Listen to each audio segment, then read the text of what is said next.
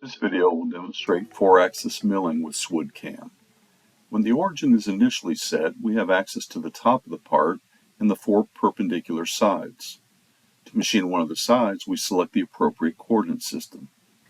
I'll begin by milling this pocket on the side. It's the second coordinate system in the list.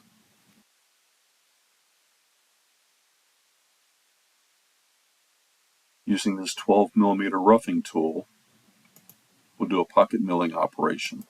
We've discussed these options in a previous video. Here's the simulation.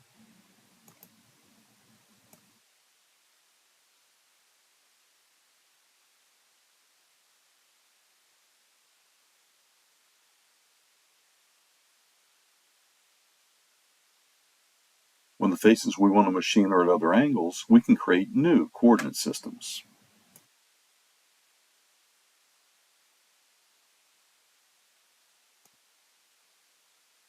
To add a new coordinate system, we select a face and a point.